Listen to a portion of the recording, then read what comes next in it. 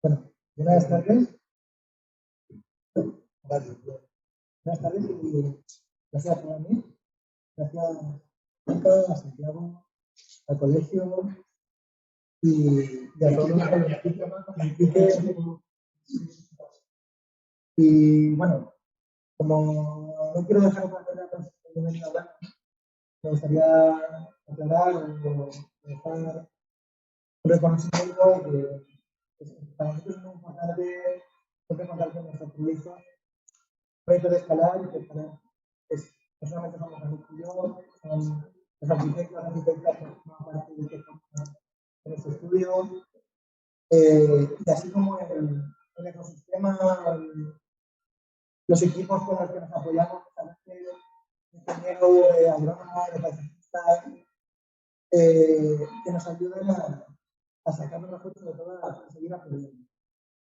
Cuando nos propuso Santiago hacer esta primera mesa de arquitecto y nos contó que este año aplicaría en torno a proyectos en Alicante, nos habló de los proyectos que gustaría que habláramos y que tenían ese vínculo con el litoral y esa reflexión con el litoral de los ciudades. Para nosotros hablar de Alicante es obvio que es hablar de arquitectura, porque es una ciudad que, para bien o para mal, su motor económico ha estado siempre vinculado más. Desde sus orígenes romanos, íberos, como un pequeño pueblo agrícola al lado de una laguna, una marisma, ¿no? En la Albufera, al desarrollo de la ciudad actual, al abrigo del Chispigón y permitiendo el tránsito de mercancías. Esa ciudad hasta el río, una ciudad industrial, su motor ha sido más. Inicialmente era un motor de mercancías, un motor de pesca, un motor de trasiego de personas, ahora es un motor turístico, en este clima, pero sigue siendo el objetivo.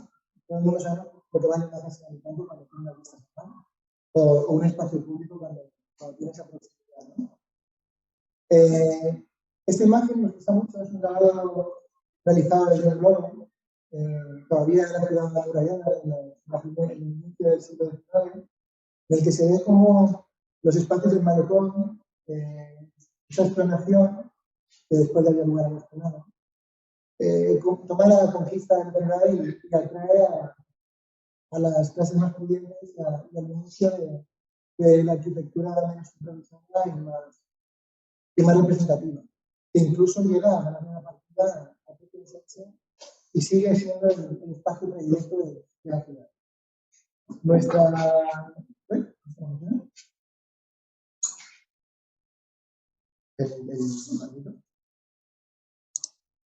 ahora sí.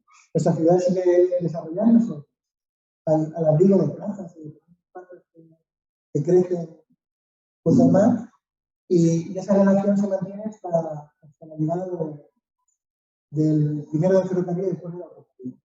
Crean una división que conforme va progresando el siglo XX va separando más a la ciudad del mar, y que todavía no hemos conseguido resolver, si bien estamos al menos empezando a ser conscientes de que hay que hacerlo y a poner algunos proyectos por medio para conseguirlo. El primer proyecto que vamos a hablar es el Parque del Mar. El Parque del Mar está en el acceso sur de la ciudad y está ubicado sobre una antigua playa. Una playa que está en este grabado, es de un grabado de capitán de la Marina Británica, creo, del siglo XIX, que cuenta que nuestra costa no se diferencia mucho de la costa de la Virgen que podríamos encontrar en Aguamarga, en el Pinet, hacia el sur de la playa. Unos arenales, unas playas cerradas, que se perdían hacia el sur, hacia la ciudad. Esta playa queda reflejada en muchos planos, conocida como playa de Rodés. El origen del topónimo existen algunas dudas de que pudiera ser por las lenguas que se hablaban en la zona, porque allí desembarcaban muchos barcos fuera para para no pagar un impuesto del puerto, entonces serían muchas lenguas distintas, o porque posiblemente fuera un espacio donde se construían barcos y esas costillas de los barcos se llamaban baúl. Entonces el baúl podría ser el Babel. En cualquier caso, no deja de ser representativo que una playa kilométrica, como podría ser la playa de San Juan, fuera desapareciendo, primero por las ampliaciones del puerto y después por el trazado del ferrocarril, y que prácticamente parece que fuera hace siglos, pero fue hace más o menos 50, 60 años, cuando todo esto sucedió. Deja de funcionar el mando. Si quieres, déjame rato. Simplemente. Ah, vale. Esta playa todavía se puede ver en algunas fotos aéreas de los años 50 en Alicante, y sobre este espacio en el que fue creciendo el puerto, en su muelle de poniente, ganamos una licitación que parecía un poco difusa, en la que el puerto lo que estaba solicitando era la ejecución de una barrera vegetal, al más puro estilo ingenieril, no de una manera despectiva, sino al más puro estilo funcionalista o maquinista, ¿no? Necesitamos una barrera verde que oculte las futuras naves logísticas que se van a emplazar y que aminore o atenúe la emisión de partículas y de emisiones contaminantes del puerto, porque se está desarrollando el barrio de Benalúa Sur y ya existe conflicto con Benalúa y va a haber más conflicto aún. Nosotros, al recibir este encargo, descubrimos que es una parcela con una forma súper complicada, muy alargada, extremadamente estrecha y a la que es muy difícil agarrarnos para crear un espacio de interés. Encima es una vaguada, un espacio inundable, que tiene muy mala solución porque el relleno de este espacio implica la destrucción de la playa de Vías y porque no existe un punto próximo de vertido. El puerto está más alto que la propia ciudad, por cómo ha ido creciendo. Entonces, bueno, todo esto empieza a desarrollar la idea de un parque que aporte otra esencia a la ciudad y que se base en drenajes sostenibles, en un espacio más forestal, más blando, y no tanto el jardín o el espacio jardinado convencional al que solemos estar acostumbrados en Alicante.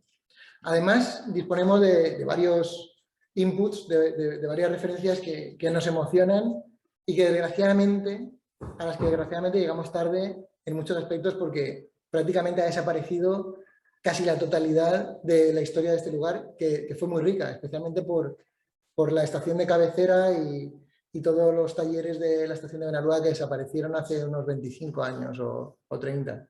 Ahí podéis ver la proximidad del mar a la propia estación. Es que las olas chocaban contra la propia estación. Ese era el ramal del ferrocarril que entraba al muelle de Poniente.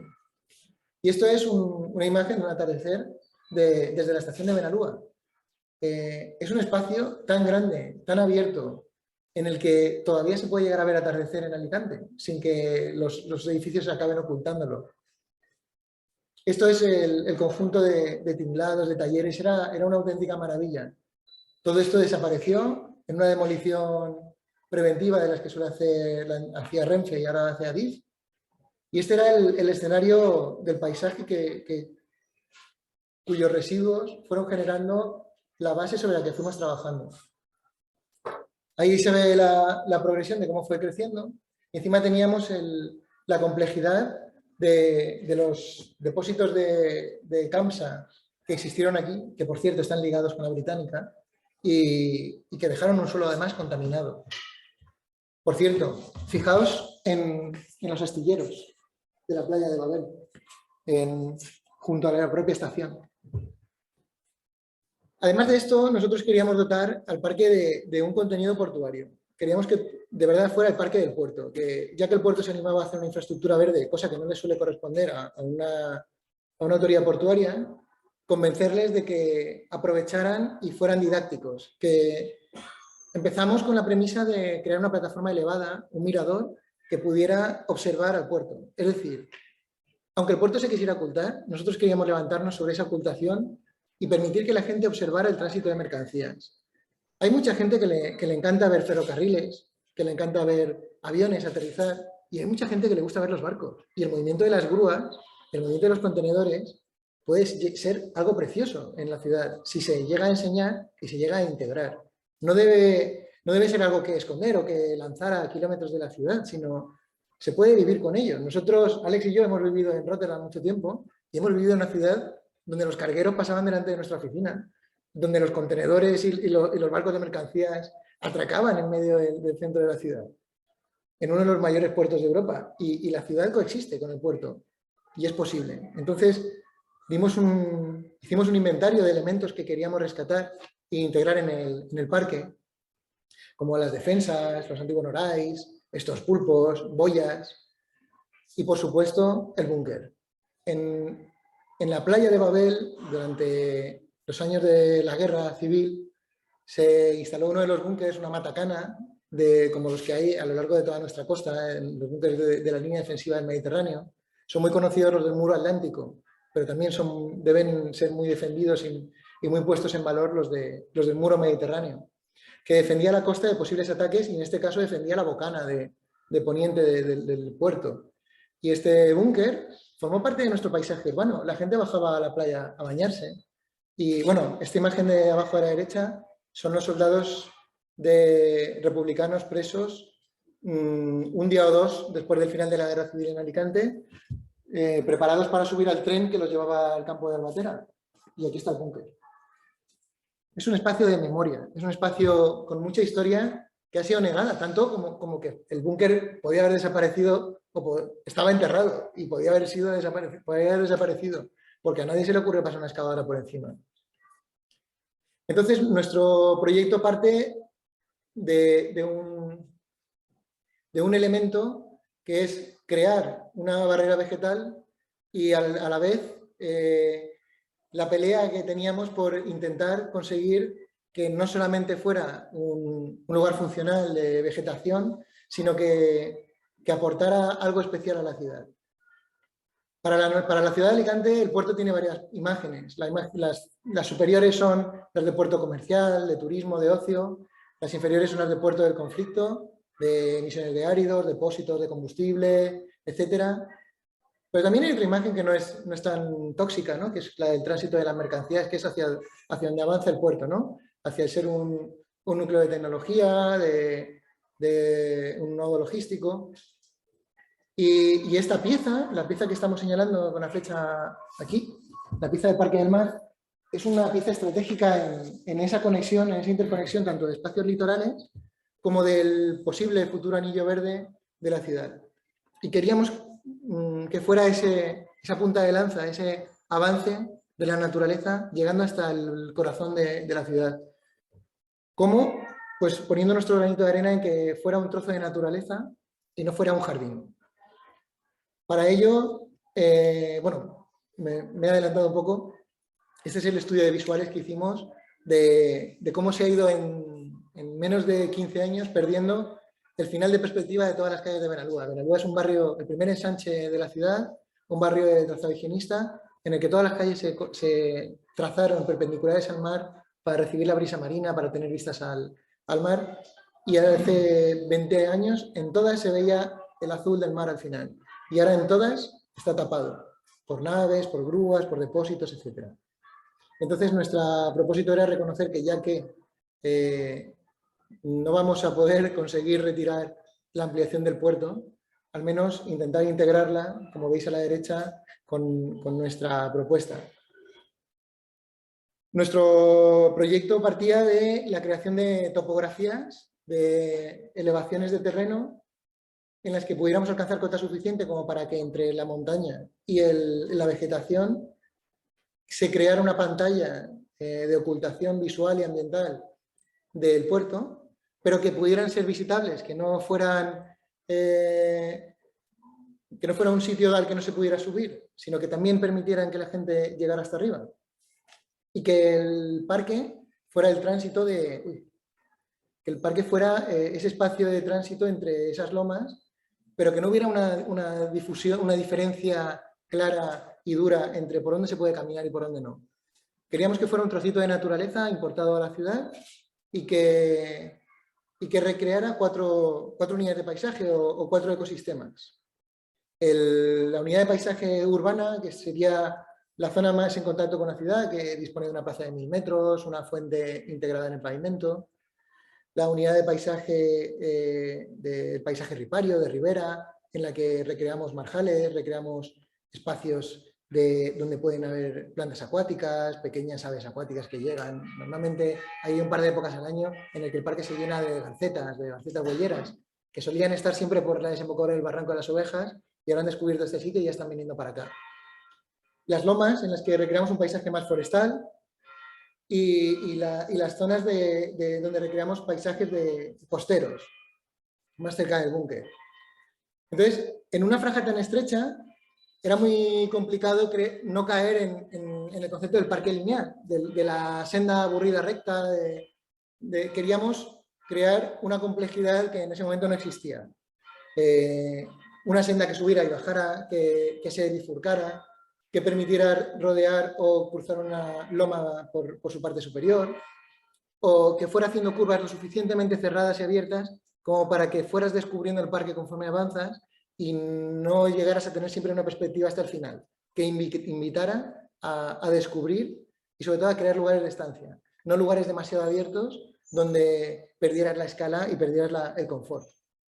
A todo esto acompañamos a toda la senda con unos pequeños riachuelos con agua regenerada. Alicante es una ciudad pionera en el uso del agua regenerada. Vertemos muchísimo excedente al mar y estamos en un lugar donde aprovechar ese agua, no solamente para el riego, sino para crear esos pequeños cauces, nos ayuda a atraer insectos que polinicen nuestras plantas, que favorezcan la aparición de un tercer paisaje, de esas especies inesperadas que llegan porque ha venido una abejita y ha polinizado una planta, o porque ha venido un mirlo que se ha comido una semilla en Rabasa y ha traído aquí la pequeña semilla y ha brotado aquí un árbol diferente. Parte del proyecto era generar espacios donde invitar a la naturaleza a colonizar el parque.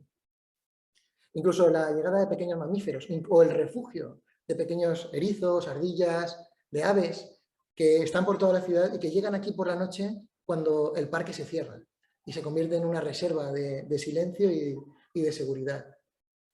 Así que creamos esa lámina de agua en continuo movimiento porque al ser agua regenerada necesita estar en movimiento para no provocar la aparición de algas, de mosquitos y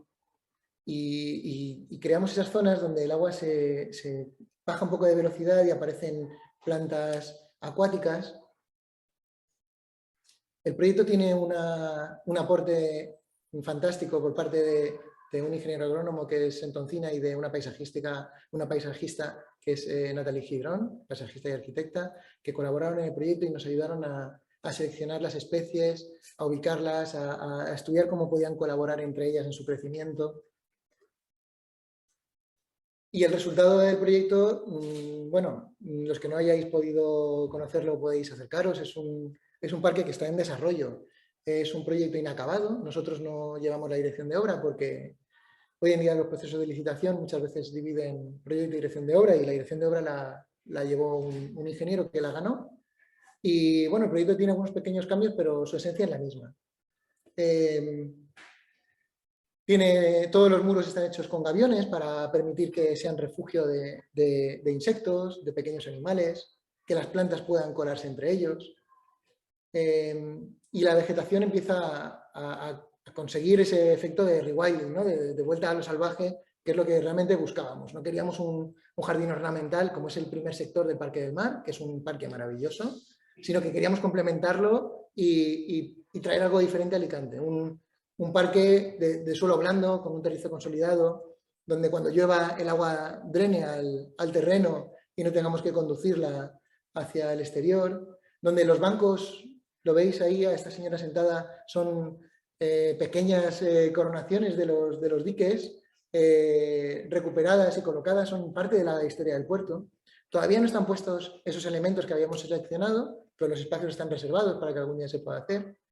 Igual que diseñamos toda la iluminación del parque y no se instaló, pero bueno, lo bueno de un parque es que a diferencia de algunos proyectos de arquitectura, agradece mucho el paso del tiempo. La vegetación al final acaba creciendo, siempre se puede plantar más árboles, siempre se puede ampliar, siempre se puede reforzar sus equipamientos. Aquí podemos ver esas escenas, ¿no? de contrastes tan bonitos en los que alguien está observando el parque o descansando y detrás están moviéndose contenedores. Es algo maravilloso, es un contraste urbano que habla de la esencia de la ciudad de Alicante. Las plazas, las fuentes, esperamos que con los años vaya cogiendo mucha sombra el parque. Creímos esencial y muy importante que hubiera espacios de juego, espacios para hacer ejercicio. Y nuestra pequeña aportación fue que el tramito de que quedaba del desvío de las vías que entraban a Muelle de Poniente se conservara para que algún día el parque pudiera lanzar una rampa, bajar a la cota original y crear un carril bici hacia el sur. Además que previmos la interconexión del parque con Benalúa para cuando se desafecten las vías y se pueda hacer una ampliación hacia la actual avenida de Elche. Previmos esas conexiones y el parque está diseñado para lanzarse hacia las harineras, hacia el colegio de Benalúa. Y bueno, la integración del búnker, recreando un poco la línea de costa original. Nos gustaba la imagen de una lámina de agua delante del búnker para poder ser didácticos y explicar que ese búnker está ahí no porque ha caído del cielo, sino porque ahí llegaba el mar. Queríamos recuperar de un modo simbólico esa línea de costa y alrededor del búnker planteamos que hubiera un pavimento de cantos rodados, como era la playa original, que bueno, se intentó, pero no se ha conseguido como nos hubiera gustado, pero ahí está. Queda para el futuro la musealización de su interior y muchos otros retos. Finalmente, la imagen del mirador se colocó en el punto más alto posible, donde consideraron que podía estar, porque en la loma donde habíamos seleccionado no era viable. Y ahí está, una plataforma de observación donde poder levantarse y ver la ciudad, ver el parque, ver el puerto. Si hay algo que caracteriza estos tres proyectos y que hace un poco de hilo conductor, es que los tres se enfrentan a un escenario de un futuro bastante indeterminado, por decirlo así. Los tres coinciden en estar en unas zonas de gran oportunidad, en las que todavía no existe una dirección clara o un futuro cierto sobre lo que sucederá en los próximos años. Hay muchos proyectos abiertos, muchas ideas, muchas oportunidades, especialmente con el proyecto de la Esplanada, con la zona de bajas emisiones, con grandes proyectos de peatonalización en el centro, reducción de carriles en la costa, renovación del paseo marítimo, del puerto. Se coinciden muchos proyectos lanzados por distintas administraciones, por distintos técnicos, y lo bonito será ver cómo acaban coexistiendo y cómo generan un caldo de cultivo para replantear la ciudad en base al seguro que tendrán, al gran éxito que seguro tendrán. Este proyecto lo desarrollamos junto con Guía Consultores, un equipo de ingenieros y arquitectos maravilloso con el que hemos creado algo de lo que nos sentimos muy orgullosos y constituye la recuperación de un espacio bastante muerto, que es el fondo de saco de la calle Bilbao y del final de la Rambla. Este espacio, que tiene una gran historia y ha sido muy emblemático, protagonista de muchísimas postales y de la escena urbana de la ciudad desde los años 60 hasta la actualidad, actualmente estaba totalmente desangelado, ¿no? Como veis, este es un plano del siglo XIX de la Rambla. La Rambla no llegaba hasta el mar. La Rambla es un espacio que era el límite de la ciudad medieval, donde estaba nuestra muralla, y por ahí bajaba precisamente una rambla, un barranco, y al derribar esa muralla se rellena el barranco y se crea la primera gran avenida de la ciudad, el primer gran espacio representativo de gran escala. Se levanta un pequeño, sobre los sillares de arranque de la muralla, se levanta un paseíto elevado, el paseíto de la Reina, y acaba siendo un paseo salón, con principio y final, que separa la ciudad antigua de la ciudad nueva, y termina, no como conocemos hoy en día, sino, por ejemplo, con este edificio modernista que desgraciadamente se derribó. Este es el proceso de derribo de la Rambla, de la apertura al mar, en los años 50. Se derriba esta manzana, se derriba el paseo, y se abre la ciudad moderna del automóvil, ¿no? De la España del 600, de la España de los coches, del desarrollo del turismo, los edificios empiezan a crecer en altura y la Rambla se abre al vial lateral que tenía la explanada por el que también circulaban los coches. Es la época del Hotel Carlton en su máximo esplendor, varios hoteles había por la Rambla, con sus veladores, con sus terrazas, era un lugar muy bullicioso y aunque el coche había tomado el protagonismo, no había tanto tráfico como lo hay hoy en día y podía coexistir un poco con el peatón. Cuando empieza a aumentar el tráfico se vuelve insoportable esa coexistencia y finalmente se peatonaliza en los años 80 el lateral de la Rambla. Este espacio entonces se convierte en un fondo de saco donde dan la vuelta los autobuses y acaba siendo un espacio muy residual.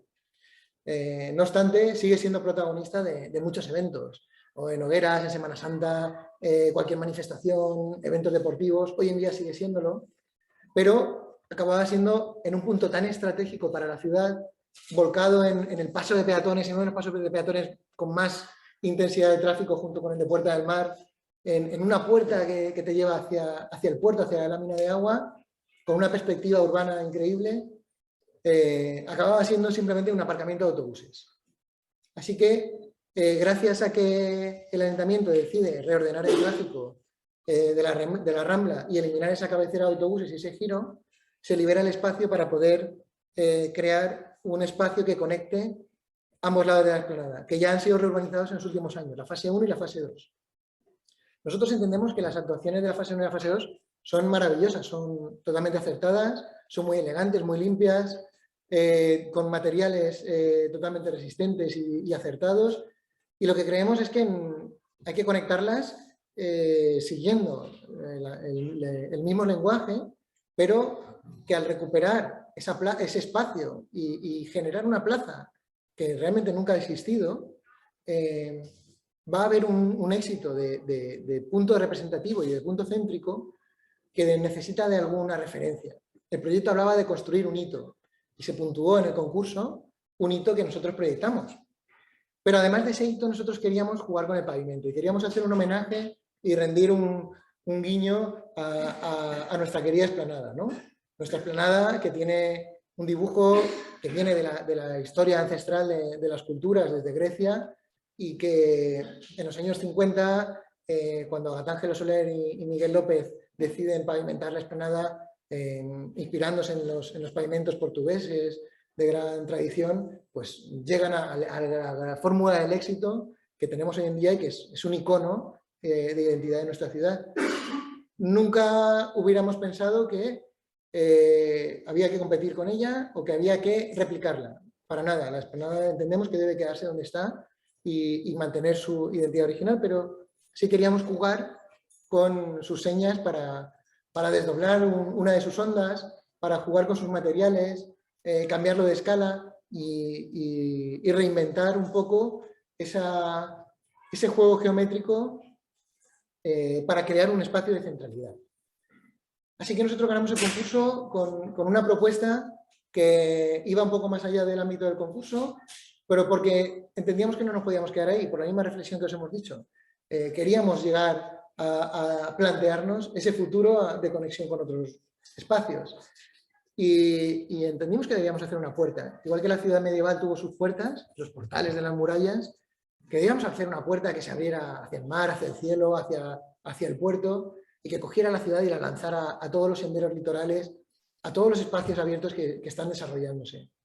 Así que planteamos un hito de acero inoxidable que además equipara toda la plaza y que la liberara de luminarias, de mobiliario urbano, que fuera un espacio abierto en el que solamente hubiera algunos bancos portátiles para poder retirarlos cuando hubiera algún evento y que ahí se concentrara la iluminación, agua nebulizada, proyecciones audiovisuales y que permitiera ser cruzado en las dos direcciones, tanto en perpendicular hacia el mar como en sentido paralelo a la explanada.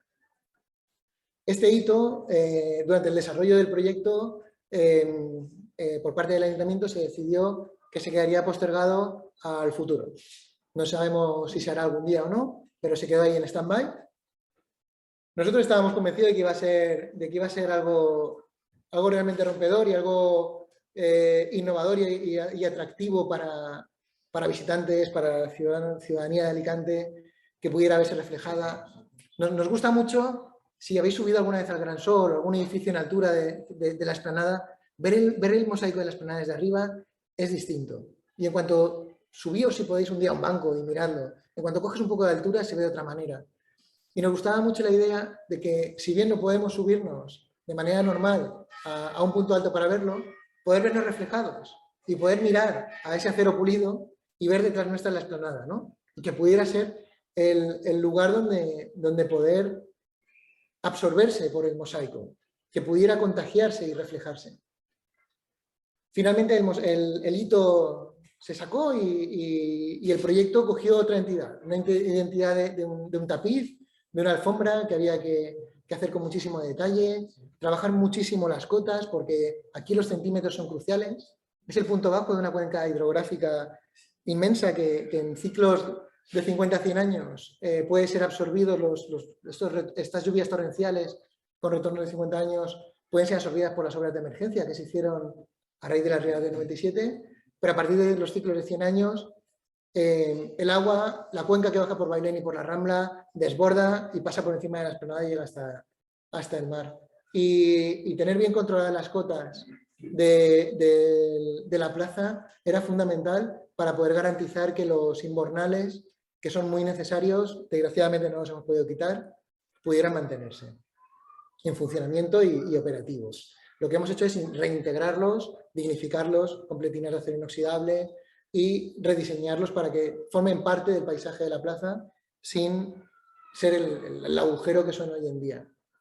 El proyecto ha estudiado la geometría de una manera muy precisa. Hemos parametrizado cómo se construyen las ligaduras de las curvas de la explanada y hemos jugado con ellas para poder encajarlas tanto en los cortes y en los despieces de las piezas de mármol, para no generar desperdicios de piezas pequeñas, de cuñitas que se acaban rompiendo, como encajarlos con servicios urbanos, tapas de registro, arquetas. Hay un mosaico de tapas de alcantarillado, de servicios urbanos, repartido por toda la plaza, y no queríamos hacer un tapiz de mármol de coto, de la piedra coto, salpicado con tapas de alcantarilla o con registros de telefonía, etc. Así que, gracias al diseño paramétrico, conseguimos enlazarlo todo y además lo sembramos de esa nube de puntos que responde a una espiral de Fibonacci, a una espiral que sigue una fórmula matemática y que está salpicada de focos empotrados en el pavimento que por la noche estarán sincronizados con las fuentes y que harán juegos de luz al mismo tiempo que harán juegos de agua. Y habrá además proyecciones de focos elevados. Hay cuatro o 5 columnas de focos entre las palmeras que proyectarán imágenes sobre el pavimento.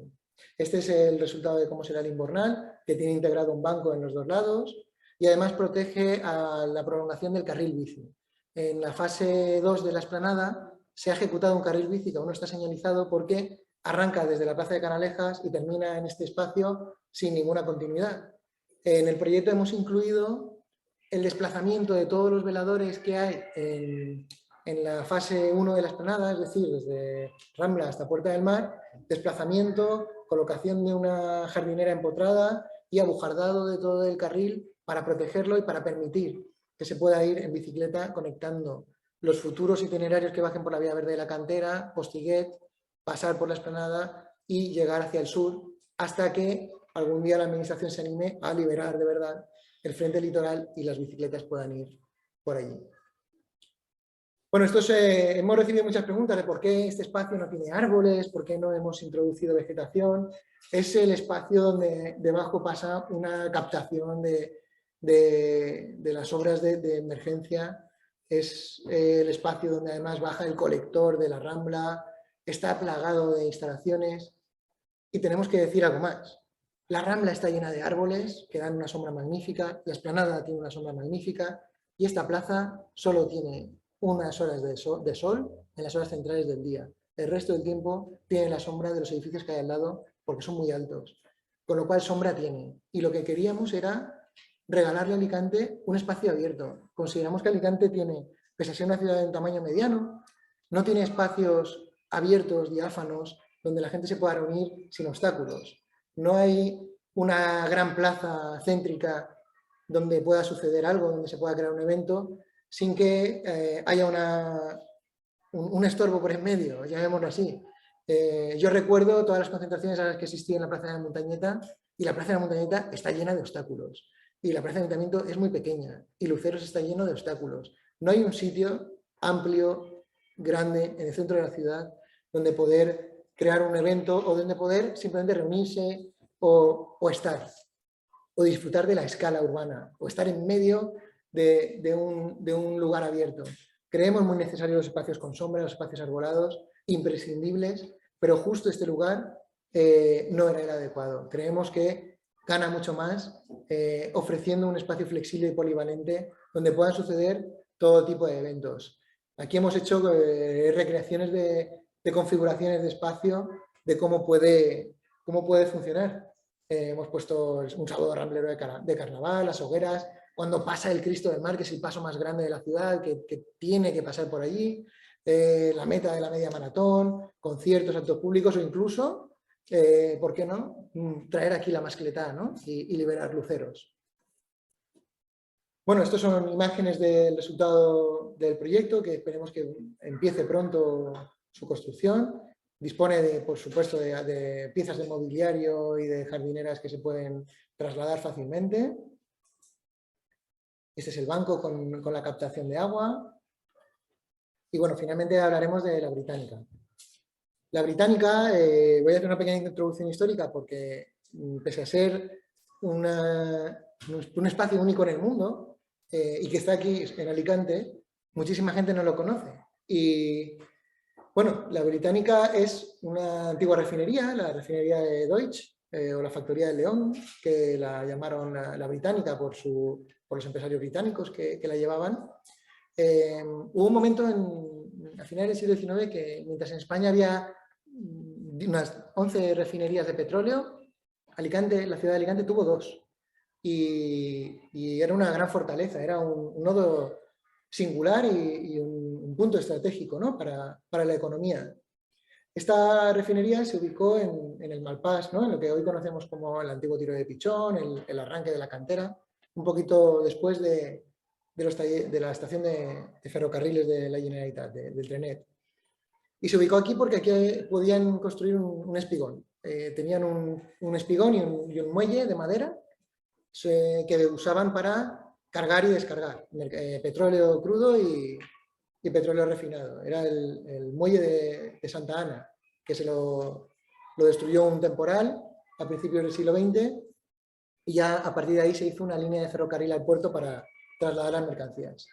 El problema es que la refinería se instaló en un sitio que estaba muy condicionado, porque estaba en una pequeña explanación entre la montaña y el mar, y no tenía mucho espacio. Y conforme fue creciendo, cada vez necesitaba ampliarse más.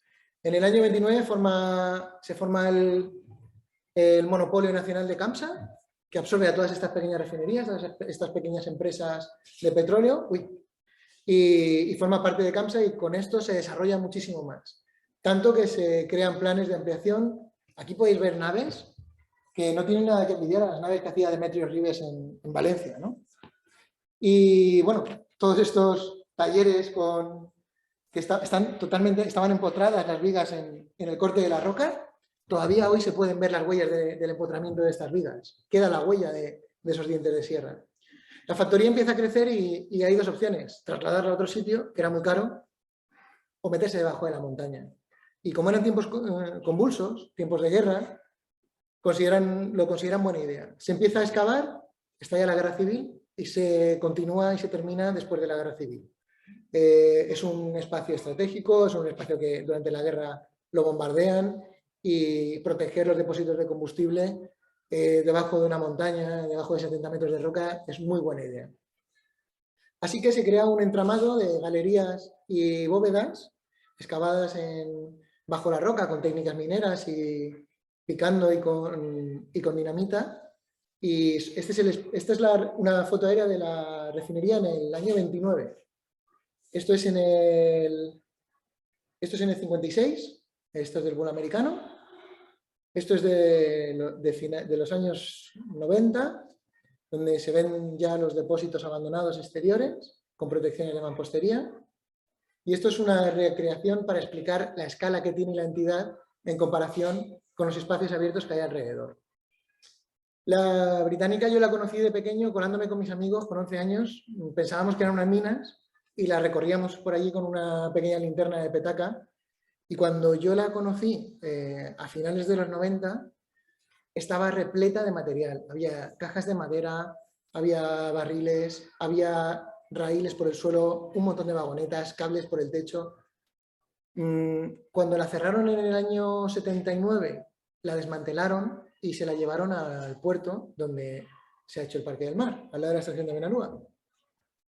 Y básicamente cerraron y cortaron los depósitos de chapa para sacarlos y tabicaron con muros de bloque. Cuando cortaron estos depósitos, como había restos de petróleo, saltó una chispa y hubo un incendio que duró varios días. Por eso todo se ve de color negro cuando se entra. Es hollín de un humo del último incendio. Que claro, por eso yo pensaba que estaba en una mina, porque entraba y parecía que era carbón aquello. Y salía negro de suciedad. Y fue a raíz de las obras del tranvía, a finales de los años 2000, cuando se derribaron todos los depósitos exteriores de mampostería. Esto trajo algo bueno y algo malo. Trajo algo bueno que fue que empezaron a conocer y a descubrir la Británica, empezaron a intentar hacer algo, a enseñarla, a moverla. Se hizo un pequeño anteproyecto de qué se podría hacer allí. Era un anteproyecto que hablaba de hacer un acuario, un observatorio, una sala de eventos, un museo, de todo. Y al final el resultado fue que la Británica se quedó abierta, con 3 puertas de hierro, pero con candados. Y esos candados la gente los ha ido rompiendo, ha ido entrando y lo ha ido saqueando. Quedan muy pocos elementos originales, pero todavía se conserva la esencia del lugar. Sin embargo, lo que más habla de allí es el espacio, el vacío y lo que fue. Por suerte se hizo alrededor una actuación paisajística maravillosa de Eduardo de Miguel y de Urcelay, que para mí es el espacio que crea el marco perfecto de conversación entre la estación de Sangueta, lo que sucede al otro lado de la carretera, de la avenida de Villajoyosa, con los miradores, con los futuros recorridos litorales, con el futuro desarrollo de la Vía Verde, la conexión con las sendas de la montaña y lo que pueda suceder en la Británica. Esto era su interior, los conductos por los que se movía el crudo, las ventilaciones, los depósitos de chapa exteriores, el depósito de chapa que está recubierto de un muro de mampostería. Así eran las bóvedas, no eran espacios vacíos, estaban con depósitos de chapa, apenas había un pequeño pasillo perimetral para recorrerlas. Era un lugar espectacular. Y hoy en día está totalmente abandonado, todavía queda algún elemento original, pero está muy vandalizado. Entonces, se plantea una situación, que es que el ayuntamiento solicita, por fin, después de muchísimos años, al ministerio, porque esto formaba, cuando CAMSA lo devuelve al Estado, forma parte del patrimonio del Estado, de Hacienda, y Hacienda, para ellos en Madrid, esto es un papel dentro de un cajón. Y un sitio muy difícil de entender, muy costoso, y que nadie quiere hacerse cargo de él. Entonces el ayuntamiento, por suerte, solicita sucesión para utilizarlo, para recuperarlo y para darlo a conocer. Sin embargo, el ministerio les pregunta qué van a hacer aquí, cómo lo van a hacer, cuánto van a invertir, etc. Y bueno, por suerte nos encargan ese anteproyecto, ese estudio de musealización, en el que lo que hicimos fue no solamente estudiar la Británica, medirla y cartografiarla, sino también reflexionar sobre ella e intentar formar parte de poner un granito de arena en un futuro en el que seguramente intervendrá muchísima gente. Y realizamos un estudio valorado, cronogramas de lo que debería hacerse de inicio, ¿no? Que sería no solamente un gran levantamiento y un estudio arqueológico, sino estudios geológicos y de resistencia y de estabilidad de los gunitados y de las bóvedas.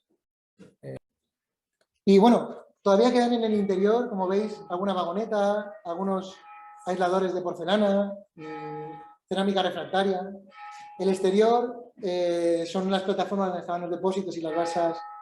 Incluso quedan defensas de la guerra, alambradas de espino, pero está todo destruido. Sin embargo, es un gran mirador sobre la costa. En nuestra propuesta fue poner en valor el interior, recuperarlo, consolidarlo y permitir el acceso y la ventilación del interior de una manera segura. Nada más. En eso es en lo que nos basamos. Es decir, permitir que la gente pueda entrar con seguridad, que esté iluminado lo suficiente como para poner en valor el espacio vacío, la roca tallada de las bóvedas, los refuerzos de hormigón, los pocos elementos singulares y originales que quedan. Y, por supuesto, para un espacio de 7.000 metros cuadrados en el que llegará algún colegio, turismo, etcétera, que aunque tendrán que entrar en grupos reducidos por el ancho de los pasillos y demás, considerábamos esencial que hubiera pues, una mínima dotación de servicios. Primero, un centro de recepción de visitantes que pudiera subir la cota de acceso de una manera accesible hasta los túneles, hasta las galerías, que pudiera dotar de unos mínimos servicios higiénicos, de las unidades de instalaciones y de control de la iluminación y, por supuesto, un sistema de ventilación. Las galerías son tan estrechas y tienen tan poca cota que planteamos un sistema de ventilación por sobrepresión, como en los túneles de las autopistas, creando con turbinas una impulsión de aire que llenara de aire limpio por las bocas de las originales ventilaciones que llenara las galerías y que saliera con un apoyo de una succión a la altura del parking del centro comercial Plaza Mar, que ahí está la extracción de una ventilación antigua, que se extrajera por allí. Uy, estoy yendo al revés. Entonces, nuestra propuesta fue la de habilitar esas plataformas y permitir que en todos los espacios de alrededor, con instalaciones ligeras, con un mobiliario, con escenarios, pudieran suceder eventos, que la ciudad pudiera redescubrir un espacio tan maravilloso como esta plaza delante del Corte de la Roca, o como el auditorio exterior, que podríamos cubrirlo con unas lonas ligeras. Tiene una acústica maravillosa, os invito a intentar entrar y a verlo. Intentar así, que estas construcciones fueran construcciones ligeras, desmontables, y que se integraran igual que se integró el trabajo de Eduardo de Miguel y de Urcelay con la propia roca, utilizar el mismo lenguaje para mimetizarnos con ella, ¿no?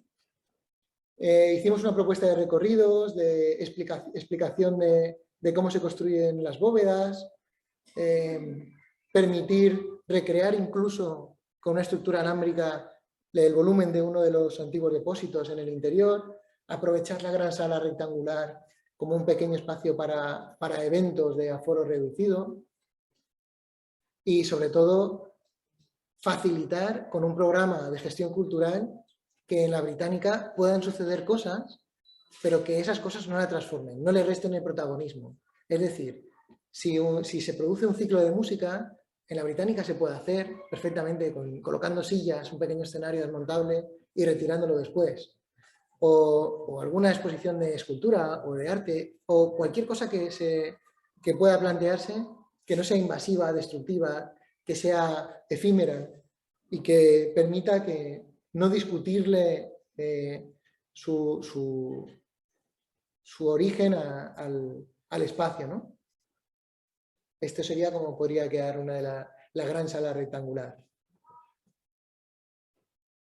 Nuestra propuesta también fue no hormigonar ni utilizar elementos que no pudieran ser retirables. Y para ello planteamos un pavimento que fuera una geomalla en la que apisonáramos grava de distintos diámetros para que no pudiera deslizarse, pero sí permitiera no solamente el drenaje, sino el crear un plano continuo en el que nadie pudiera tropezarse ni incluso pudiera deslizarse una silla de ruedas.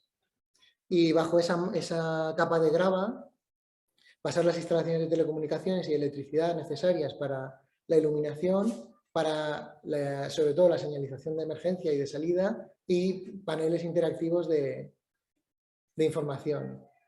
Hablamos de ese tipo de geomalla, de adoquines de madera empotrados en la propia grava y de todo intervenciones que que puedan ser removibles a futuro. Creemos que este espacio se construye con la luz, con el silencio y con la temperatura. Tiene una temperatura constante de unos 20 grados dentro de la roca, hay un silencio espectacular, sobre todo en las bóvedas del fondo, y solamente la escala que tienen, cuando llegas de esos túneles, merece la pena para pasear e incluso sin contenido alguno. Y bueno, esto ha sido todo. Estos han sido los 3 proyectos que queríamos contar. Creemos que los 3 pueden aportar muchas cosas y mucha reflexión a Alicante.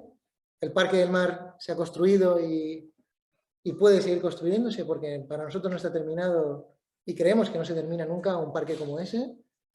El proyecto de la explanada esperemos que se pueda empezar pronto y ojalá que lo podamos hacer nosotros. Y la Británica, pues lo mismo, que pueda iniciarse al menos unas primeras actuaciones de consolidación y de acondicionamiento mínimo para poder ser conocida de una manera segura y ser visitable mínimamente. Y a partir de ahí, que la ciudad la vaya conociendo y vaya evolucionando con la demanda que exista sobre ese espacio. Y bueno, estos espacios seguirán interactuando con muchos otros proyectos que seguro que se contarán en otras mesas del arquitecto. Santiago, pues ya está.